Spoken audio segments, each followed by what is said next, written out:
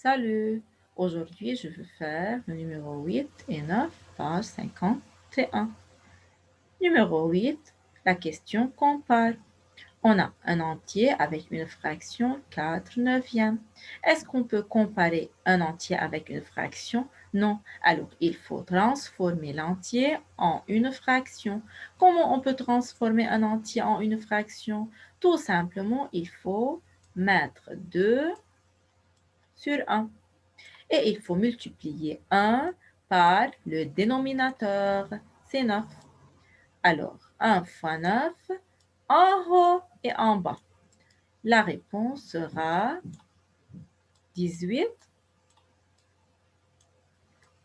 neuvième. Maintenant, les deux fractions ont le même dénominateur. Il faut comparer le numérateur. 18 et 4, qui est le plus grand? Alors, le plus grand, c'est 18. De la même façon, il faut écrire 3 sur 1. Et il faut multiplier 1 par le dénominateur. Le dénominateur, c'est 2. En haut et en bas.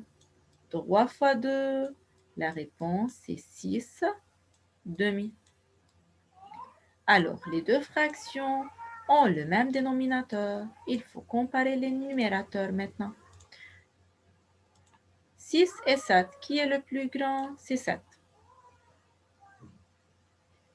Encore, on a 11 demi sur 5 et 5. 5 sur 1, il faut multiplier 1 par 2 en haut et en bas. Alors, 5 fois 2, c'est 10. 10 demi. Alors, les deux fractions ont le même dénominateur. Il faut comparer les numérateurs, 11 et 10. Qui est le plus grand? C'est 11, tout simplement. Maintenant, le numéro 9. Complète.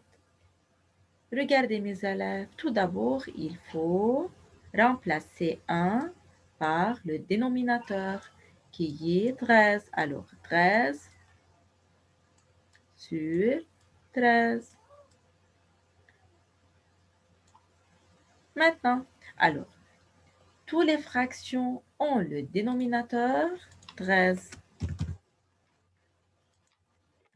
Il faut tout simplement écrire les numérateurs.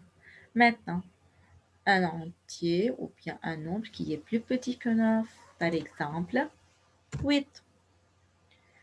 Tu peux écrire 7, 6, 5, comme vous voulez. Maintenant, 9, c'est plus petit qu'un nombre, par exemple 10. 10 est plus petit que 13. Maintenant, 13 est plus petit que 14. 14 est plus petit que 15. Voilà, c'est tout.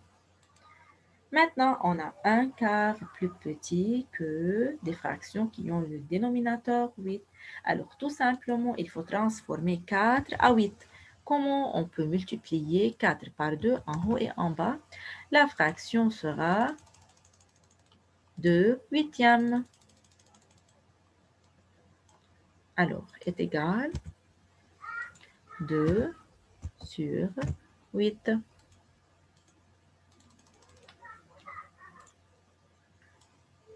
Encore, il faut remplacer 1 par le dénominateur. Le dénominateur, c'est 8. Alors, il faut écrire égal 8 sur 8.